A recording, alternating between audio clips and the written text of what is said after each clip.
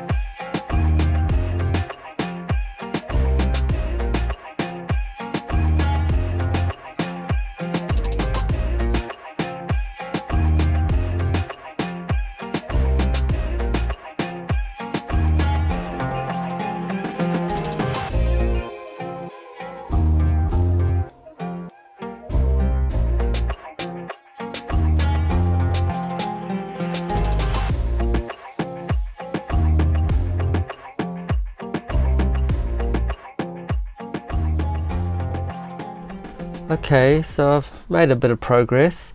I've been using the eraser pen quite a lot. I've also added some lines and wrinkles in this area above the eyelid. I'm going to change from the circular erasing movements to linear strokes, like this, because the lines and wrinkles go in that direction. And this area needs to be a lot lighter.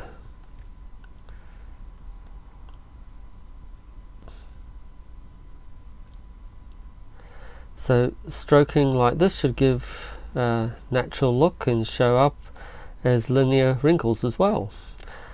Of course I can go over it with the blender just to smooth it out a bit, but this side really needs to be much brighter. I'm getting a nice contrast between this part and this area here near the eyelid. Yeah, the eyebrows are coming, well, they'll come along here.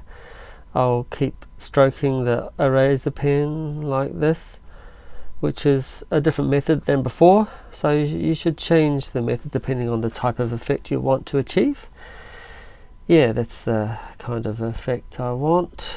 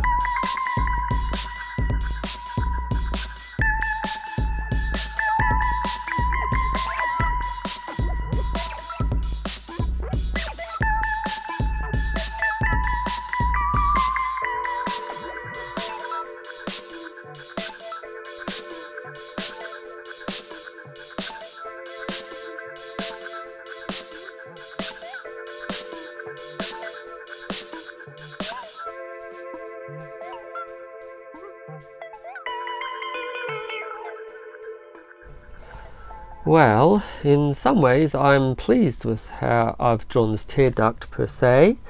However, I've just realized that this tear duct is too small and too far from the eyeball. It should be bigger by about 30%, I'd say, and come out down here more as well. The proportions weren't quite right compared to the curvature of the eyeball here. So I will need to correct my drawing, which means I'll need to carry out a minor operation, so to speak.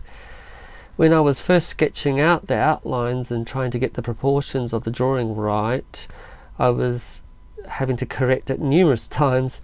The proportions and positions of the various elements of the drawing that I ended up with were nowhere near the original sketch positions that I had started with. I made correction upon correction. So yes, this tear duct is unfortunately too small, but I'm pleased with how it looks as far as the shading and highlights go. So yeah, I'll go and correct this now.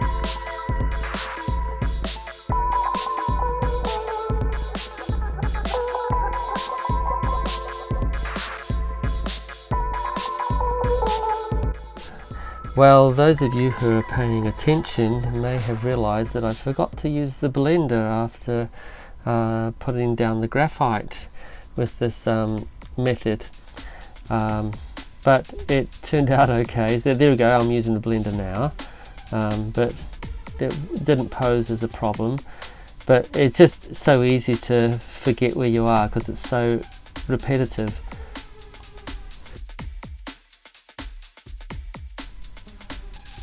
See, I think I've forgotten to use the blender again. Yeah. So, but it didn't affect the drawing. There we go, the blender, so long as you use it afterwards. Well, that's the end of part 4. Thank you for watching.